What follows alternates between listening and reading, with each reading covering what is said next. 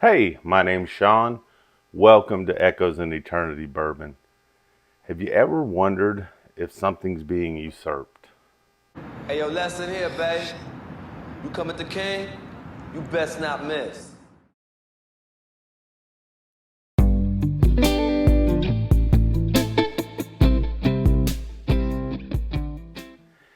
So, traditionally we always think about Kentucky bourbon, Tennessee whiskey, and those are it. We have the bourbon trail, we've got to do this, we've got to do that. And as I sat back and I started looking at some of the things in my collection, I really started to wonder, is Georgia making better bourbon now than some of the powerhouses in traditional bourbon powers? And is this going to be a newer trend that is people kind of figured out this area, that with the temperatures and the range of the temperatures you're going to get and what it does to some of their products, are they going to start moving a little bit further south?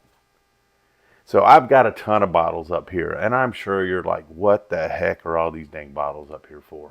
But I wanted to talk about some of the newer stuff that's going on and two of the established giants right now in Georgia who I think are producing a lot better bourbons and whiskeys and ryes than some of the big boys that everyone hunts at a national level.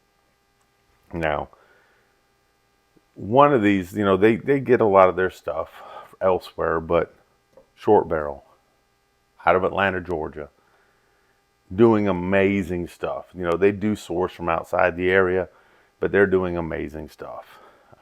If you've ever had the Short Barrel, the honey cask, the bee's knees, or their toasted barrel, phenomenal bourbons, very good, and they're up and coming, and they've got some more things coming down the pipe. But on top of that, we have someone that's kind of new to the game. This is going to be Legends Distillery. This is something I've just recently tried. It's just something it's still starting to make its mark, but if it follows the kind of the footprint of some of the other two big giants right now in Georgia, they have an opportunity to do something special.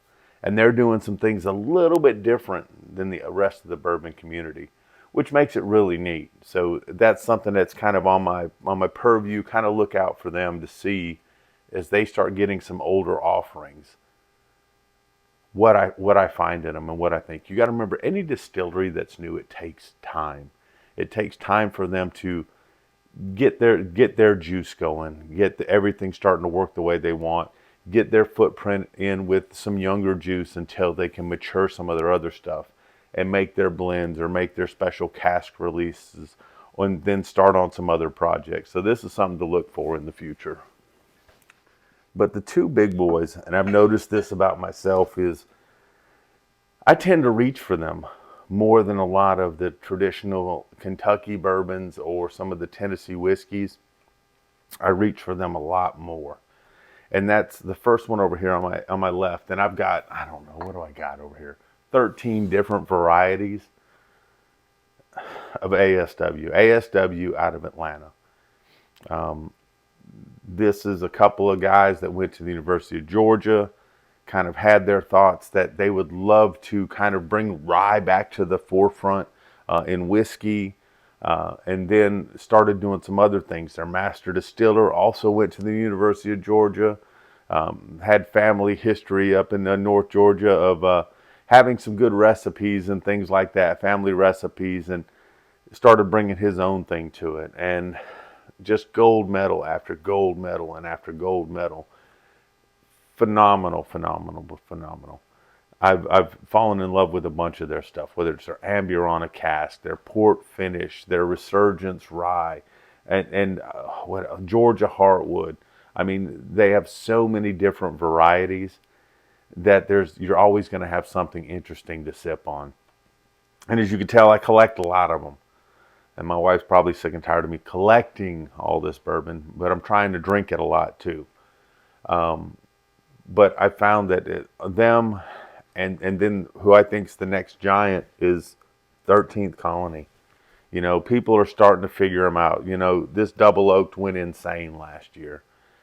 But people, as they start getting into it more and more and more, they're figuring out, you know, their regular bourbon, their regular rye, and now their cask strength rye and their cask strength bourbon.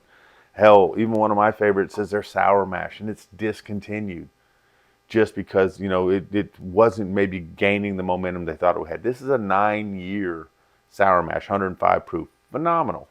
But not very many people are ever going to have it because it just didn't grab root and hold. But these other bourbons over here are, and they're starting to gain momentum.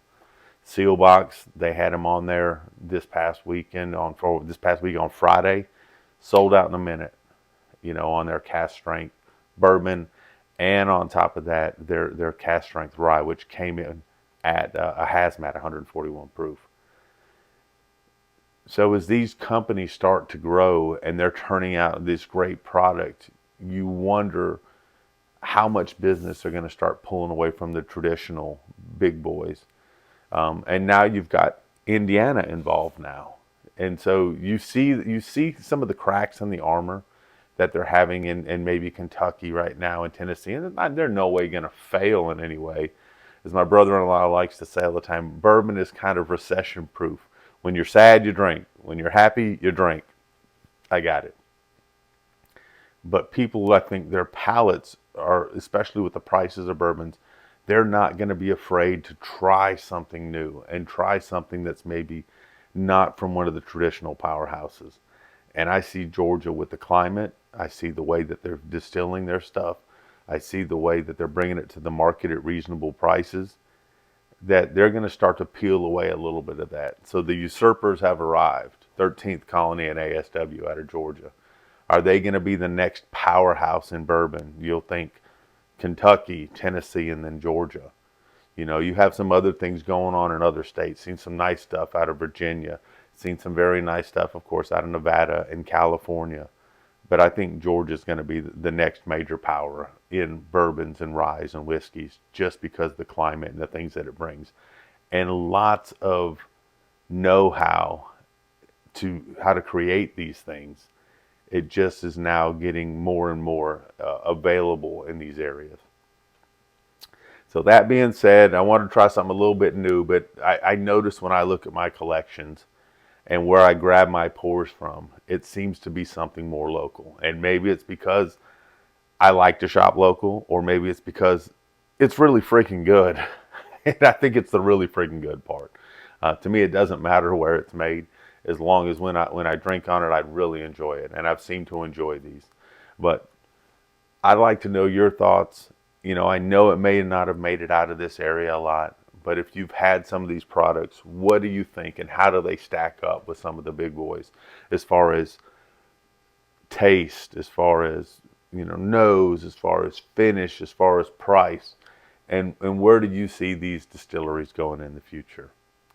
So I hope you all have an amazing night. Thank you for something a little bit new tonight. I just been thinking about this quite a bit. But God bless, and I'll talk.